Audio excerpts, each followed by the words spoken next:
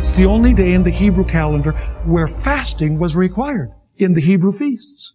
And so it says with fasting, with weeping and with mourning. So rend your heart and not your garments. Return to the Lord your God, for He is gracious and merciful, slow to anger, and of great kindness, and He relents from doing harm. Who knows if He will turn and relent and leave a blessing behind Him, a grain offering and a drink offering for the Lord your God? Blow the trumpet in Zion. By the way, the feast of the Day of Atonement was announced by trumpets. So this is the announcement of the Day of Atonement. It says once again in verse 15, blow the trumpet in Zion, consecrate a fast. See, there you have it again. Call a sacred assembly. Everybody on the Day of Atonement had to meet together. Gather the people, sanctify the congregation, assemble the elders, gather the children and nursing babes. Let the bridegroom go out from his chamber and the bride from her dressing room. Let the priests, these are the religious leaders, folks, let the priests who minister to the Lord weep between the porch and the altar. Let them say, spare your people, O Lord, and do not give your heritage to reproach, that the nations should rule over them. Why should they say among the peoples, where is their God? Is there a work of preparation that needs to take place in order for God's people to be able to stand?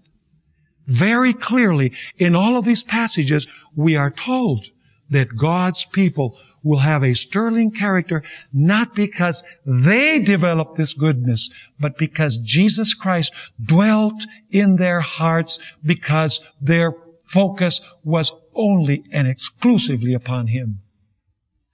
You know, some people say, you're so heavenly minded, you're no earthly good.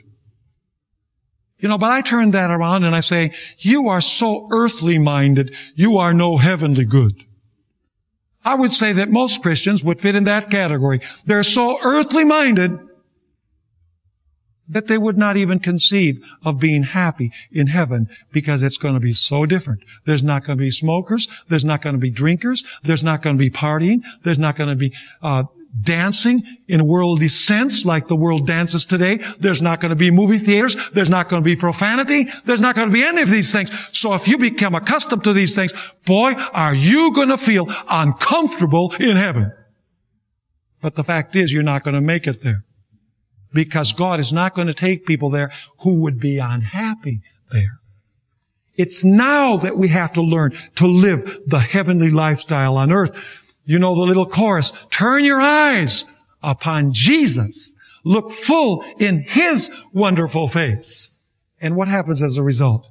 The things on earth will grow strangely dim in the light of His glory and grace. The 144,000 will be totally disconnected from everything on planet Earth. From their cars, from their houses, from their money, and from their expensive toys. They will think of nothing except being with Jesus in the heavenly kingdom, where everything is joy, where everything is peace, where everything is happiness. That is their only desire in their lives, is to be with Jesus.